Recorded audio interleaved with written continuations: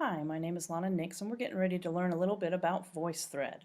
VoiceThread is where you get to bring sound and images into one and have it free flowing. It brings in up to like 50 different types of files, whether it be pictures, maybe you want to add PowerPoints, maybe you want to add Microsoft Word, if you want to add videos, you want to add audio, and you can put it all into one document and make it a nice free flowing video for your students to follow along. Maybe you have a substitute for one day and you've created your voice thread. They can go ahead and they could play it automatically for your students. Even though you are gone, they can still be learning from you, and you're teaching it exactly how you know your students best learn with your technique and with your subject area. So from the beginning, what we're going to do is up here at voicethread.com is the website that you would go to. Over here in the top right hand corner, you should see mine. I'm already logged in, but it would say either sign in and register would be over here. If you already have an account, you would sign in, of course. If you do not have an account, then you would click on register. It will ask you to activate your account through the email given on there before they allow you to get started into VoiceThread. I'm going to go ahead and close that part out, and here I'm already logged in. So in VoiceThread, if you notice up here at the top, we've got three different tabs. You have your Browse tab, your Create tab, and My Voice. The first one, the Browse tab, allows you to take a look at all the different voice thread activities that were already created and other people are being able to or sharing with you. Maybe you find something in here that you want to use within your classroom, or maybe you just go through and you view them and you find different techniques that they do within their voice thread that you find interesting that you would like to add in to your voice thread that for you to be able to share with your students. You'll notice that you can look at all of them. You can look at the ones that were added today, this week, and this month. The next one is where we go into Create.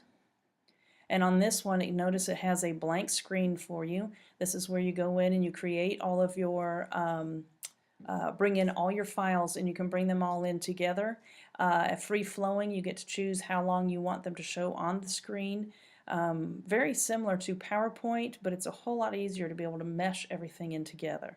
And the last tab over here is My Voice. My Voice is where it shows you all the ones that you've already created, and then these here are the ones that are tutorial that VoiceThread has added on. You can also, if you subscribe to someone, maybe you like how they do VoiceThread, or maybe they're dealing with your subject area, you're able to go in and subscribe to that person's, let's say, channel or stream, and then each time they add one, you'll be able to see what they've added onto their VoiceThread themselves. Now, the one that I want to work on today is here, and I want to click on Edit, which then, of course, notice it brings me back to the Create tab. Up here at the Create tab, you have number 1, 2, and 3. So these are basically the different steps that you're going to take when you're working in VoiceThread. First, you need to upload documents or pictures, whichever it might be.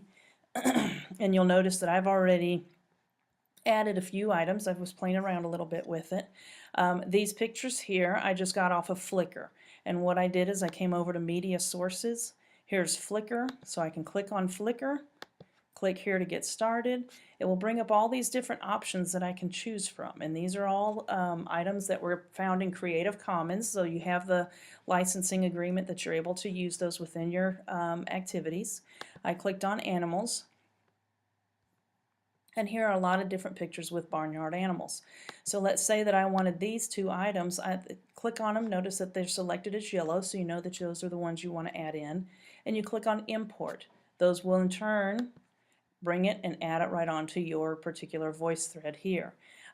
Next thing that I did is I went into PowerPoint. I created just a 2-slide presentation, and I brought that into the document. So I went into my computer and I uploaded the document that I wanted, found it. There's my barnyard animals. And when I added that in, it not only just it didn't just bring in the one first slide title page, it broke each slide up for me. So when it came in, it actually came in where both of them are down here together. And notice I can move these around to wherever I want them to be. So if they're not in the right order, you are able to move them from slide to slide and make sure that they are set up exactly how you want your voice thread to run for your students to be able to follow.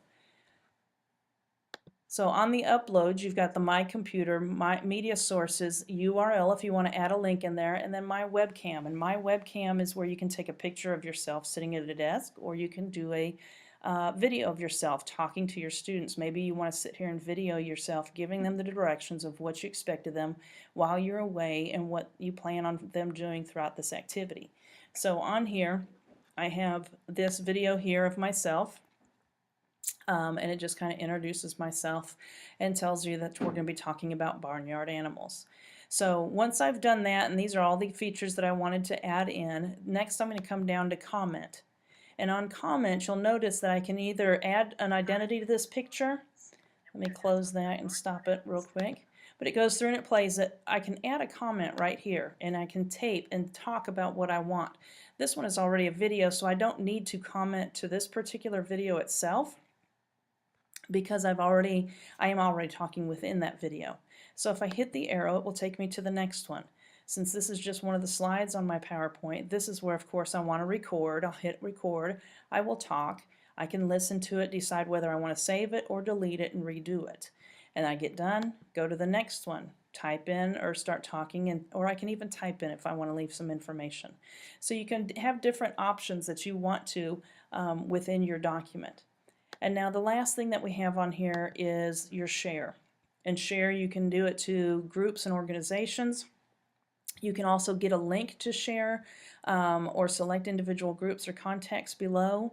So you've got a lot of different options on how you want to share this video. Maybe you just want to send it and give it to your friends in general, or maybe you have you want to go ahead and share it out to anybody who would like to use it. Down at the bottom you have your playback options. So here I could change it to 3 minutes or 3 seconds or 2 seconds. Start playing when opened. So you've got a lot of different options as well here.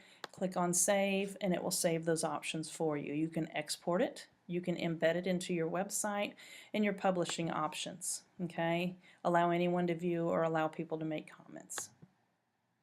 So when you are all finished with your document and you're ready to see how well it works, you're ready to turn it on. Hit, oops, I stopped at play.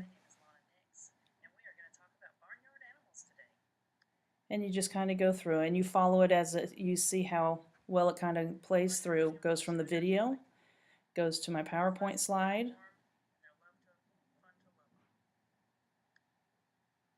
It's going to go into the different animals. Sparkling natural spring water playlist refresher. Drag and drop any old playlist for a Okay, so it goes to the different ones, your different animals that you want to play. And then of course it goes to the very last one. Which one is your favorite? Pretty easy, very simple. I like how it brings everything together in a nice free form and how easy it is to manipulate and edit your voice threads. Hope you enjoyed it. Thank you.